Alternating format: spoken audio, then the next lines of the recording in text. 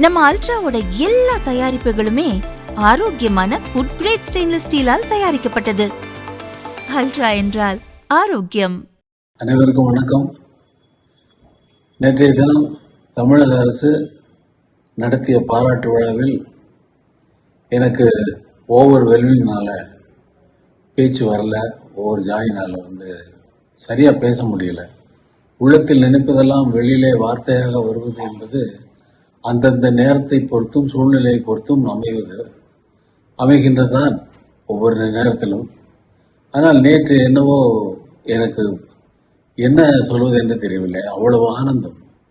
ஒரு பாராட்டு விழாவை இவ்வளவு சிறப்பாக ஒரு முதல்வர், ஒரு அரசு எந்த முனைப்பெடுத்து எல்லோரும் அரசு சார்ந்த எல்லா அமைச்சர்களும் எல்லா சீஃப் செக்ரட்டரியிலேருந்து அவ்வளவு பேரும் இன்வால்வ் ஆகிட்டு அதை கொண்டு செலுத்தினது ரொம்ப என்னால் நம்ப முடியாத ஒரு சூழ்நிலையின் காரணமாக தான் எனக்கு ஓவர்வெல்மிங்கில் சரியான பேச்சு வரல.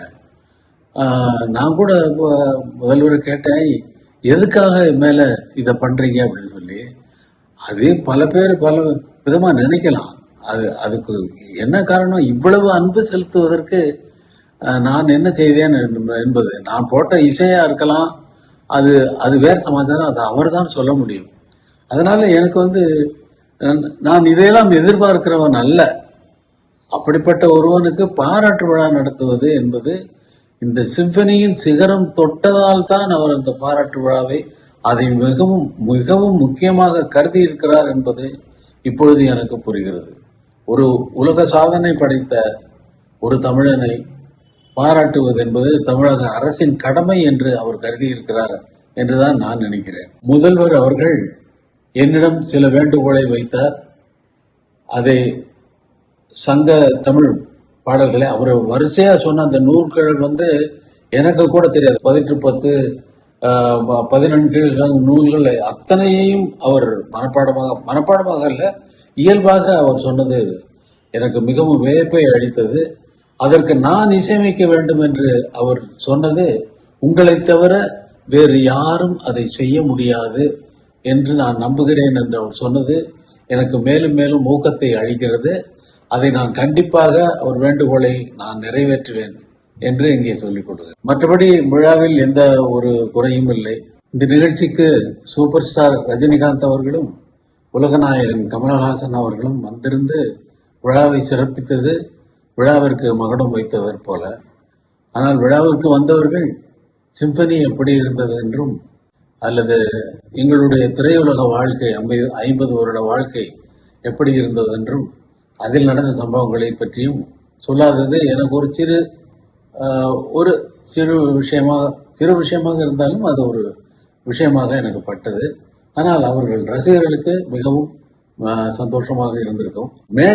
பல மேடையிலேயே ரஜினிகாந்த் அவர்களும் திரு கமலஹாசன் அவர்களும் நீங்க அவருக்கு மட்டும் நல்ல பாட்டு போடுறீங்க அப்படின்னு கமலஹாசன் ரஜினிகாந்துக்கு அவருக்கு மட்டும் நல்ல பாட்டு போடுறீங்கன்னு பாரு.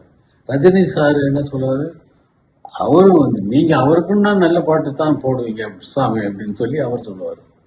ஆக இதிலிருந்து இது என்ன தெரிகிறது என்றால், 2 பேருக்கும் நல்ல பாட்டு போட்டிருக்கிறேன் என்பதற்கு அவர்கள் இருவருடைய வார்த்தைகளே சாட்சி.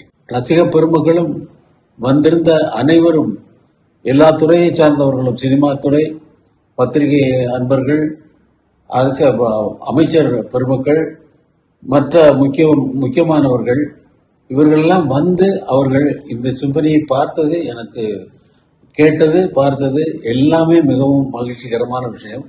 தமிழக மக்களுக்கு மட்டும் அவர்கள் இதை காண முடியாமல் அந்த இடத்தினுடைய அமைப்பு இருந்ததனால் நம் மேடையிலேயே நான் சொல்லிவிட்டேன், இன்னொரு நிகழ்ச்சி கண்டிப்பாக நான் மக்களுக்காக நடத்துவேன் என்பதை மேடையிலேயே நான் சொல்லிவிட்டேன்.